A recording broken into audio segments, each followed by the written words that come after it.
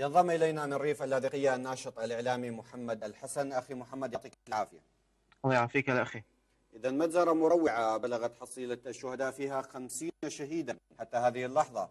ما هو سبب هذا العدد الكبير في الشهداء، وما طبيعة الموقع الذي تم استهدافه من قبل الطيران الروسي؟ نعم، قام الطيران الروسي مساء يوم أمس باستهداف قرية شرفة الغربية بغارة جوية استهدفت منازل المدنيين، مما أدى إلى سقوط شهداء وجرحى.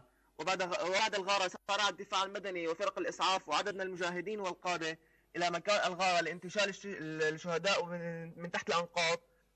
وبعد نصف ساعة تقريبا من تنفيذ الغارة الأولى عاد الطيران الروسي وقام بتنفيذ غارة ثانية مكان الغارة الأولى، مما أدى إلى سقوط 50 شهيد كحصيلة أولية وعشرات الجرحى.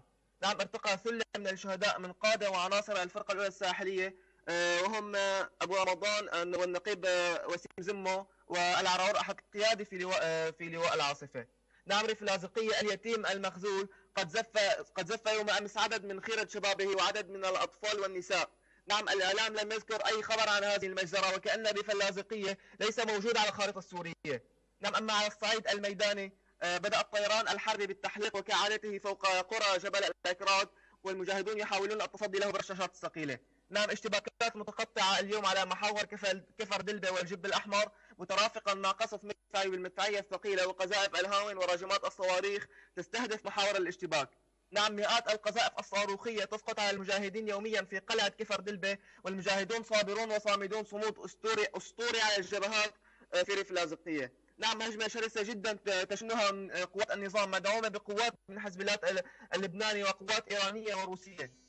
أيضا قصف عنيف شهده جبل الأكراد من مرصد قمة النبي يونس ومرصد بارودا، وقصف عنيف جدا استهدف قرى ناحية ربيعة ومحيطها من مرصد النسر.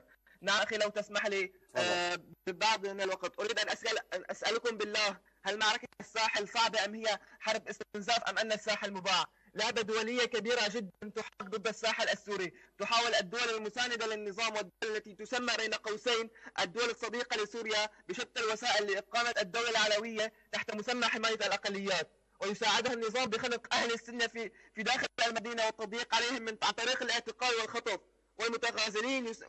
والمتغازلين يساعدونهم بعدم فتح جبهة الساحل وعدم التوحد لفتح هذه الجبهة. نعم، نناشد الشرفاء فقط، وأعني ما أقول، الشرفاء فقط، بالتوحد وإنشاء غرفة عمليات مشتركة لصد هذا الهجوم والتوجه لفتح جبهة الساحل المخذولة والمنسية عسكريا وإعلاميا.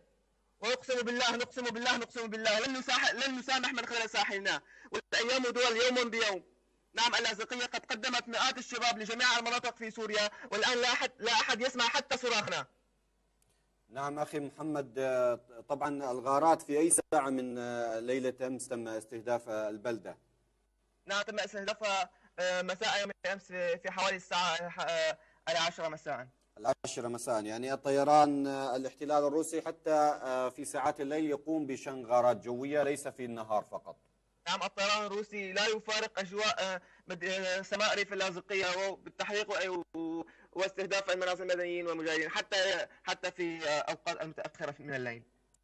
طبعا أخي محمد، الاحتلال الروسي قام بإشعال عدة جبهات في حلب وفي حماة وفي حمص، وأكثر من جبهة في حماة أيضا لتشتيت قوة فصائل الجيش الحر على هذه الجبهات، ولكن الجبهة الساحلية تعتبر هي من أهم الجبهات، لأنها نيران وكتائب وفصائل الجيش الحر العاملة هناك تطال أماكن تجمع القوات الروسية وقاعدة طيرانه في حميميم، لذلك هو يريد إبعادهم عن هذه المنطقة.